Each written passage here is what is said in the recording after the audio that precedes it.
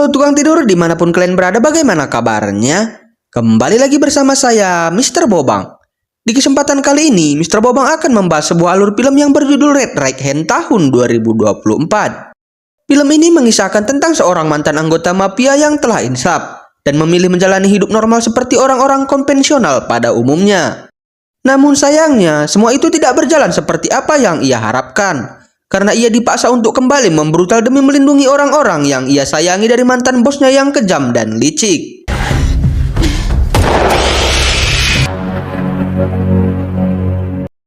Penasaran bagaimana kisahnya? Sebelum kita lanjut, boleh bantu tekan tombol like dan subscribe bagi kalian yang belum subscribe.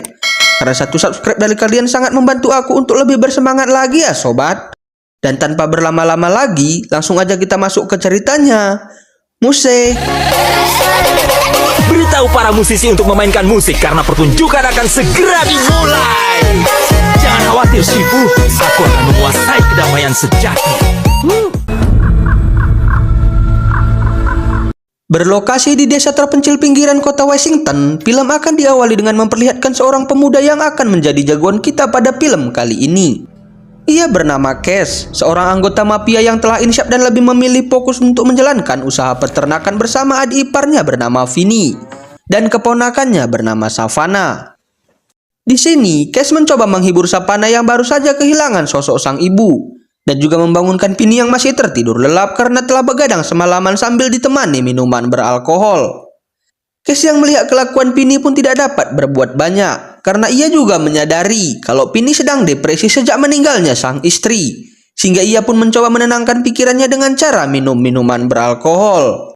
Tapi meskipun begitu, sikap Vinny terhadap keluarganya tidak pernah berubah. Ia tetap menyayangi keluarga kecilnya dan menjalankan peternakan dengan sangat baik. Singkat cerita, ketika Vinny dan Cash tengah sibuk membersihkan peternakan, tiba-tiba Savannah datang lalu memberitahukan kepada ayah dan pamannya kalau salah satu kuda mereka hendak melahirkan. Sehingga Vinny dan Cash pun langsung bergegas membantu persalinan kuda tersebut. It's coming! Alright, Mom, I'm gonna take a look, make sure things are in order. She precious little thing.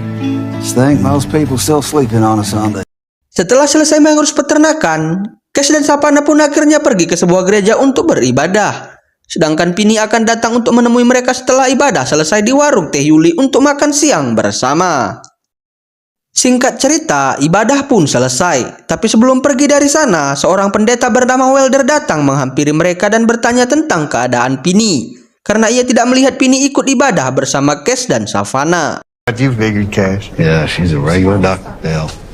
Setelah selesai berbincang dengan pendeta Welder, Savannah dan Cash pun pergi ke warung Teh Yuli untuk makan siang bersama.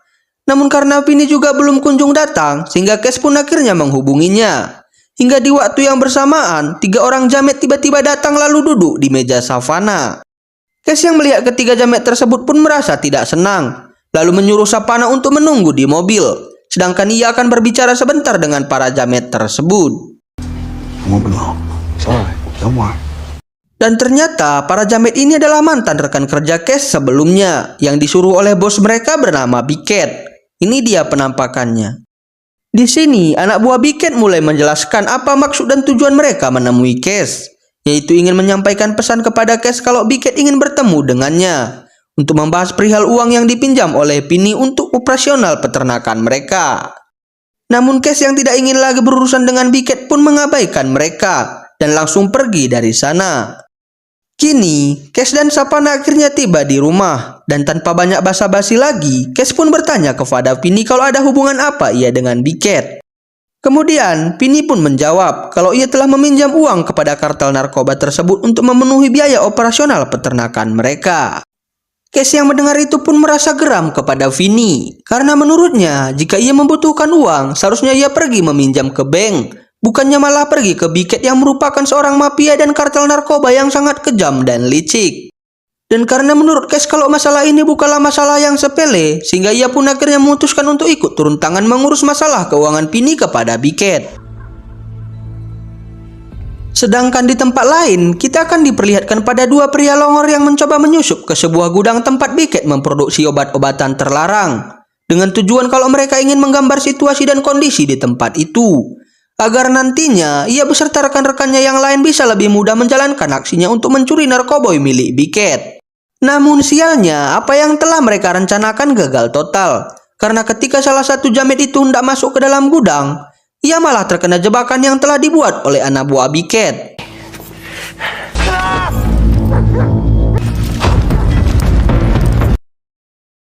Dan karena panik melihat rekannya telah tewas, pria itu pun akhirnya mencoba kabur dari sana. Tapi tiba-tiba, ya, pria itu juga terkena jebakan Biket yang lain, sehingga para penjaga yang ada di sana berhasil menangkap jamet tersebut. Singkat cerita, Kes akhirnya mendatangi kantor keuangan milik Biket yang dikelola oleh anaknya yang bernama Samsul. Di sini, Kes pun bertanya kepada Samsul berapa total keseluruhan hutang Vini kepada Biket.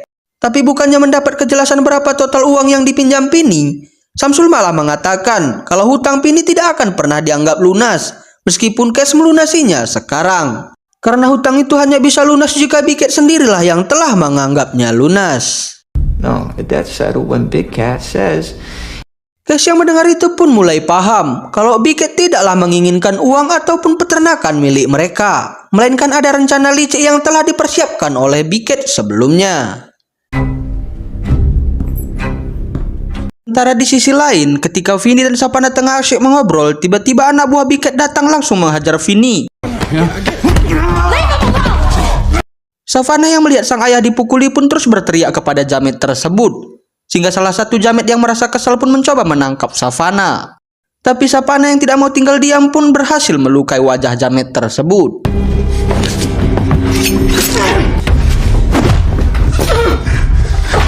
Namun dikarenakan kekuatan mereka jauh berbeda, sehingga para jamet itu pun menggiring Vini dan Savannah keluar rumah, lalu menembak salah satu telinga Vini. Sementara itu, Kes yang hampir tiba di peternakan pun sempat berpapasan dengan para jamet tersebut dan mendapati kalau Vini sedang dalam keadaan kesakitan.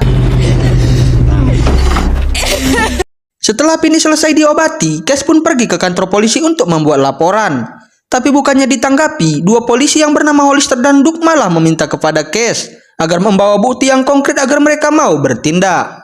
Namun Kes yang merasa kalau para polisi ini tidak bisa diandalkan pun pergi menemui Biket seorang diri untuk menanyakan apa sebenarnya yang ia inginkan. Di sini kita akhirnya mengetahui kalau yang diinginkan oleh Biket bukanlah uang ataupun peternakan mereka, melainkan ia ingin kalau Kes kembali bekerja bersamanya. Dikarenakan ia sedang memperluas jaringannya dalam penjualan narkoba. Dan meskipun ia sudah memiliki banyak pasukan yang ia sebut dengan Red Right Hand, tetapi ia merasa kalau belum ada dari mereka yang bisa menandingi kehebatan Kes dalam menjalankan tugas.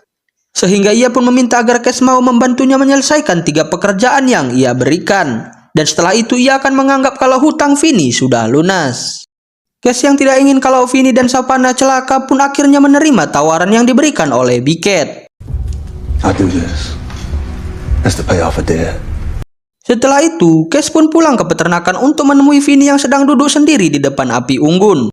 Di sini, Vini pun bercerita kepada Kes kalau ia sangat menyesal karena kejadian tadi siang harus terjadi di depan Savannah.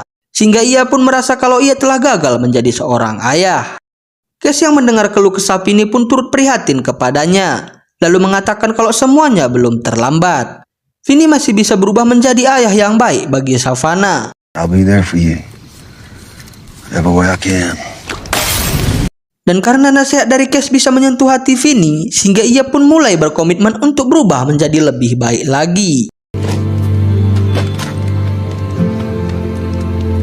Kemudian, adegan berpindah kepada Biket yang tengah menyiksa seorang jamet yang telah mencoba menyusup ke gudang Biket sebelumnya.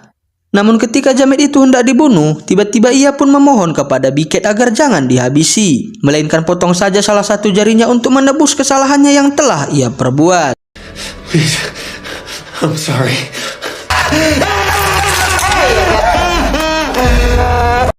Singkat cerita, Kes pun dijemput oleh salah satu anak buah Biket untuk menjalankan tugas pertamanya. Di sini, Biket sengaja melepaskan jamet yang baru saja ia siksa, agar ia bisa menyuruh Kes untuk mencari siapa saja komplotan jamet tersebut. Let's see what we're dealing with. Setelah berhasil mengetahui markas beserta rekan-rekan jamet itu, Cash dan anak buah Biket yang lainnya pun langsung menyergap lalu membantai mereka semua.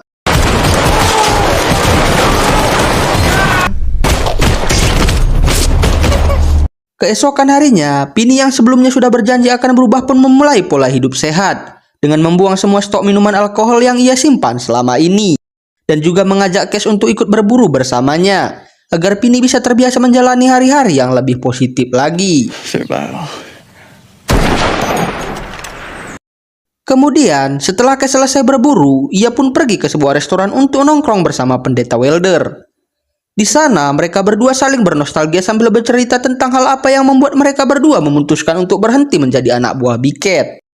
Di sini, Cash bercerita kalau alasan yang membuat dia berhenti dari pekerjaannya ketika ia mendapati adiknya yang harus tewas dikarenakan overdosis obat-obatan terlarang. Dan begitu juga dengan pendeta Welder.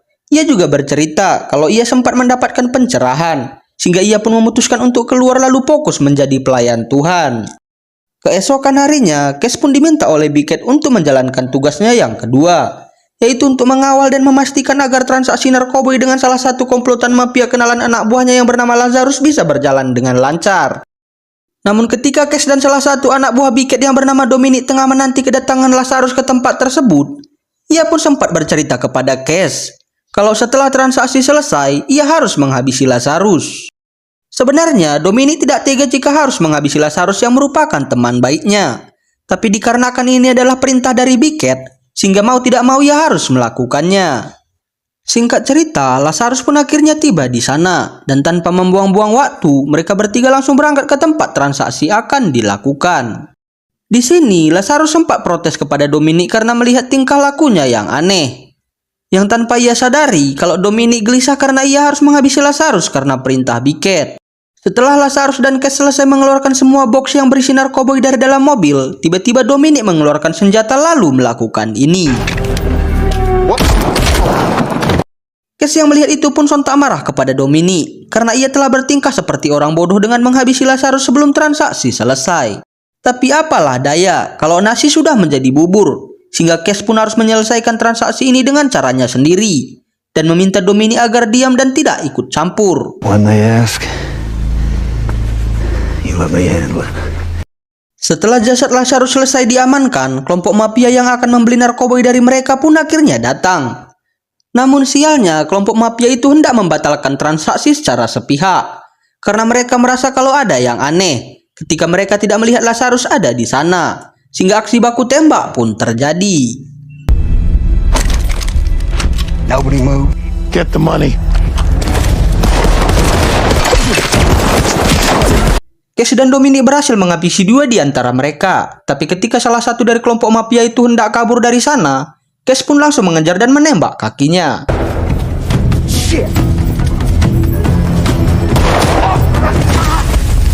Di sini, Cash tidak bermaksud untuk membunuh anggota mafia itu.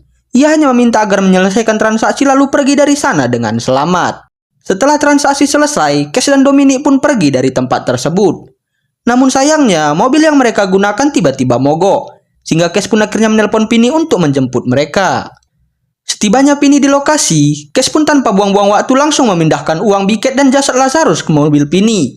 Lalu membakar mobil mereka yang mogok agar tidak ada barang bukti bagi polisi untuk mencurigai mereka.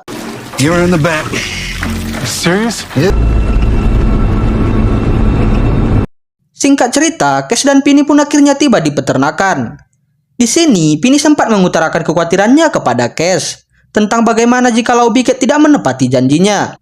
Meskipun Cash telah menyelesaikan 3 tugas yang ia berikan. What a big cat don't stick to her word.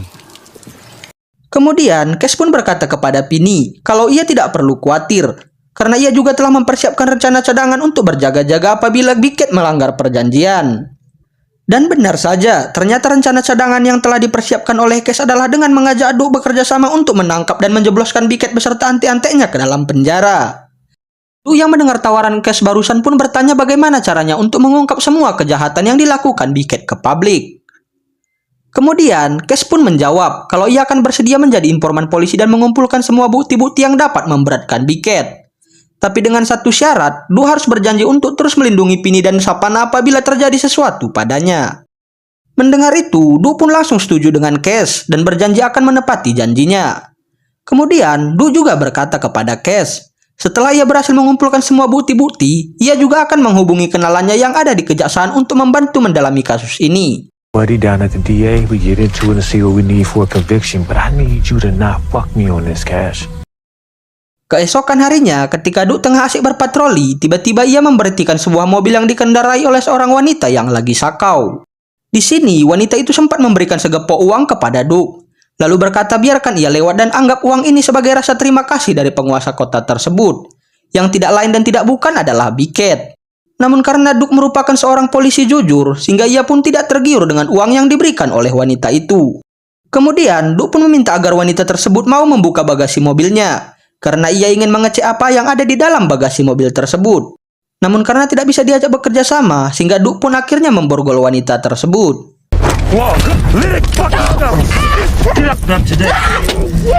Oh yeah. Singkat cerita, Duke pun berhasil mengamankan beberapa kilogram narkoba yang ada di dalam bagasi mobil berkat informasi yang diberikan oleh Cash. Sehingga ia pun akhirnya mengirim pesan suara kepada Cash untuk meminta peta lokasi laboratorium ilegal milik Biket, agar ia dan temannya yang ada di kejaksaan bisa segera melakukan penyelidikan. Di malam harinya, ketika Cash hendak membalas pesan suara yang dikirimkan oleh Duke sebelumnya, tiba-tiba anak buah Biket datang menjemput Cash. Time to go, Cash. Get in the car. Where we going? Dan ternyata alasan Biket memanggil Cash dan semua ante-antenya datang yaitu untuk merayakan keberhasilan mereka dalam mengembangkan kerajaan narkoboy milik Biket. Di sini, Biket berpidato sedikit sambil memuji anak semata wayangnya yaitu Samsul, karena telah berperan penting dalam pencucian uang milik Biket. Begitu juga dengan Cash, ia juga dapat pujian karena telah berhasil menyelesaikan transaksi narkoboy yang hampir gagal. Tapi bukannya senang, Cash malah semakin benci ketika ia mengingat kembali bekas luka bakar yang ada di tangannya, sebagai tanda kalau ia telah memutuskan untuk keluar dari Red Right Hand. Tapi karena kelicikan Biket, sehingga ia pun harus kembali ke pekerjaan kotornya sekali lagi.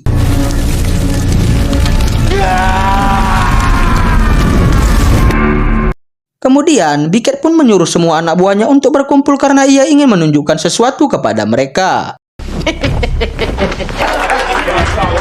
Dan ya, Duke pun akhirnya ditangkap oleh anak buah Biket karena telah berani mengusik bisnis narkoboy miliknya. Di sini, Biket pun menyuruh kedua anak buahnya untuk memberi pelajaran kepada Duke, dengan tujuan agar jangan ada dari mereka yang berani macam-macam kepada dirinya, jika tidak ingin bernasib sama seperti Duke.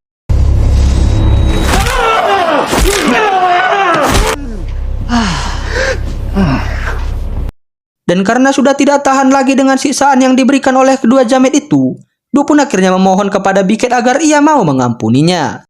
Tapi bukannya merasa kasihan melihat Duke yang sudah terluka parah, perempuan jahanam yang satu ini semakin meronta-ronta ingin menyiksa Duke. Sehingga Cash yang tidak tega melihatnya pun akhirnya menawarkan diri untuk membawa Duke ke hutan lalu menghabisinya di sana. Just let me take him out of the woods, Al.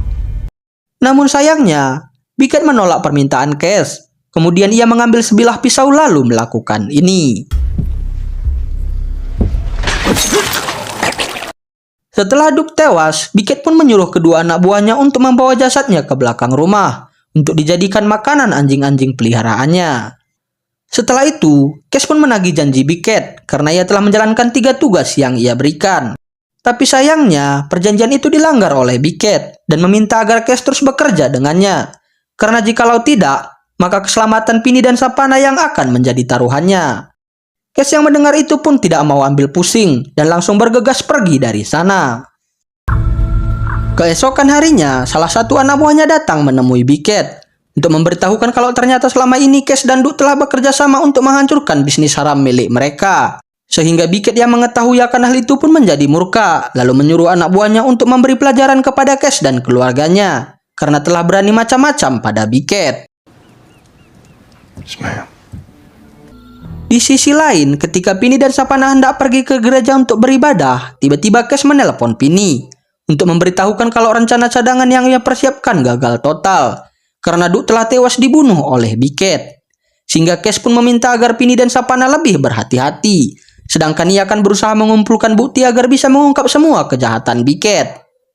Singkat cerita, Cash pun mulai menjalankan aksinya dengan mendatangi satu persatu laboratorium milik Biket secara diam-diam, dengan tujuan untuk mengumpulkan informasi yang nantinya akan diberikan kepada kenalan Duke yang ada di kejaksaan. Sementara di sisi lain, Pini yang sedang mendengar khotbah pendeta Welder pun seketika mendapat pencerahan, lalu menyesali semua perbuatannya selama ini, dan juga berjanji kepada Savannah kalau ia akan menjadi ayah yang baik. I am so sorry, Savannah. It's okay. Singkat cerita, ibadah pun selesai. Tapi ketika mereka hendak pulang ke rumah, tiba-tiba sekelompok anak buah Biket yang menggunakan topeng muncul di sana dan langsung menghajar Vinny.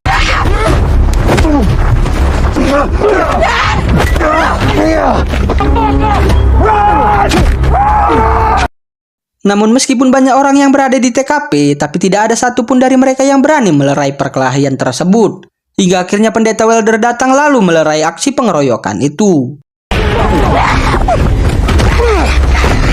Anak buah Biket akhirnya pergi dari sana, sedangkan Pini langsung dilarikan ke rumah sakit. Kes yang mendapat kabar kalau Pini sedang dirawat pun akhirnya tiba di rumah sakit. Tapi sayangnya, Kes harus mendapati kenyataan pahit ketika mendapati adik iparnya terbaring kaku dan sudah tidak bernyawa lagi.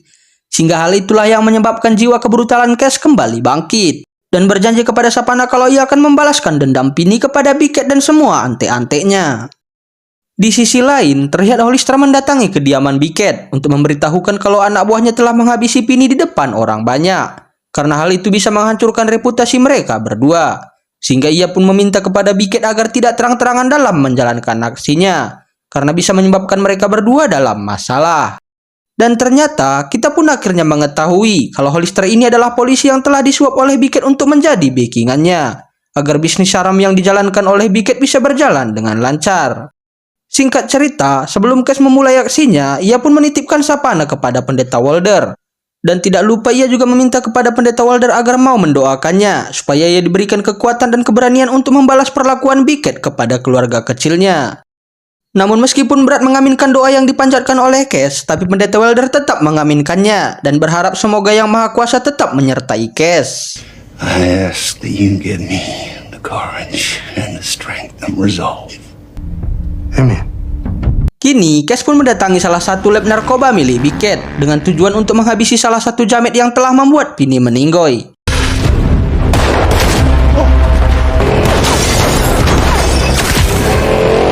Kes dapat menghabisi mereka dengan mudah, tapi sayangnya Kes juga harus pingsan karena tertabrak mobil milik jamet tersebut. Setelah tersadar, Kes pun langsung menuju mobilnya untuk pergi dari sana. Tapi dikarenakan kunci mobilnya terjatuh di tempat ia pingsan tadi, sehingga ia pun memutuskan kabur lewat hutan. Karena di waktu yang bersamaan, polisi telah tiba di sana. Kemudian, Hollister yang sudah berada di TKP pun mengatakan kepada Biket kalau Kes lah pelakunya, dengan barang bukti yang ia temukan yaitu kunci dan mobil milik Kes. Biket yang mendengar itu pun meminta Hollister untuk menarik semua rekan-rekannya, karena ia sendirilah yang akan menyelesaikan masalah ini. Sedangkan di sisi lain, pendeta Welder didatangi oleh sekelompok anak buah Biket dengan tujuan untuk menanyakan di mana ia menyembunyikan Savannah. Pendeta Welder pun menjawab kalau dia tidak tahu, tapi karena jamet itu tetap ngotot, sehingga aksi baku hantam pun terjadi.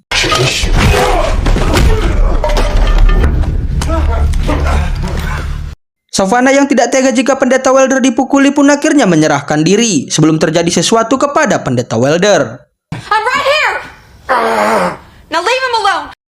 Dan sebelum pergi dari sana, salah satu anak buah Biket menitipkan pesan kepada pendeta Welder, yaitu jika ingin Savannah selamat, ia harus menyuruh Kes untuk menyerahkan diri kepada Biket. Now you tell Cash, Big Cat's willing to make a straight trade.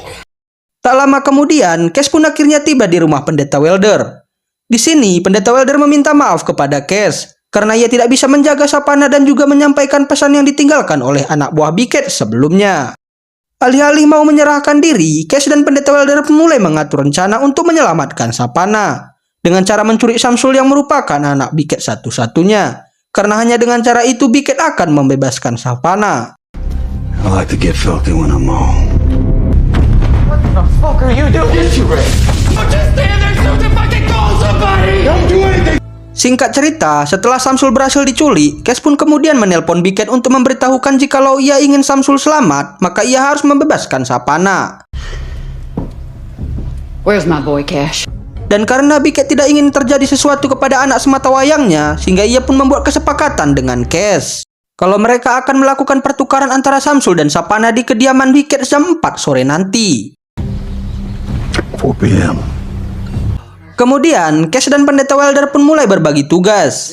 Di sini, Cash akan lebih dulu masuk ke wilayah Biket secara diam-diam, sedangkan Pendeta Welder akan menggantikan Cash untuk melakukan pertukaran antara Samsul dan Sapana.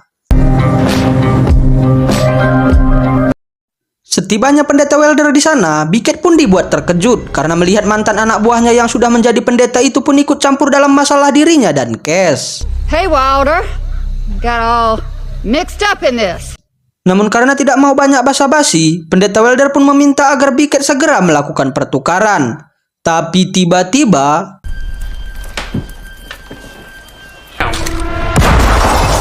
ya, Sapana yang disekap di dalam rumah pun berhasil melepaskan diri, lalu mengambil sebuah senjata laras panjang dan langsung menghabisi anak buah Biket yang ada di sana. Sehingga karena hal itu, aksi baku tembak pun terjadi.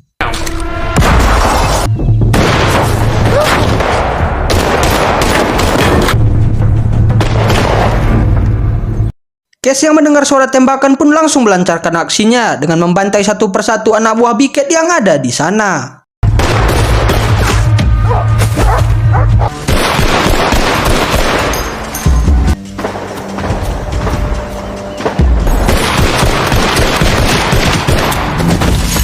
Di sisi lain, Samsul berhasil melepaskan diri dari ikatan Pendeta Welder sebelumnya, lalu mengambil sepucuk senjata lalu menembak Pendeta Welder tepat di bahunya.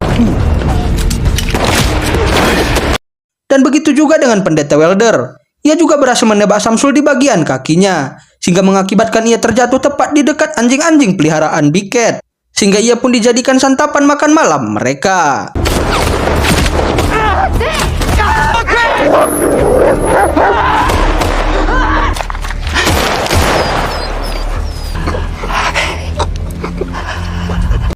Sedangkan di dalam rumah, ketika salah satu anak buah Biket sedang mencari Savannah, tiba-tiba ia bertemu dengan Cash, sehingga aksi baku hantam pun terjadi.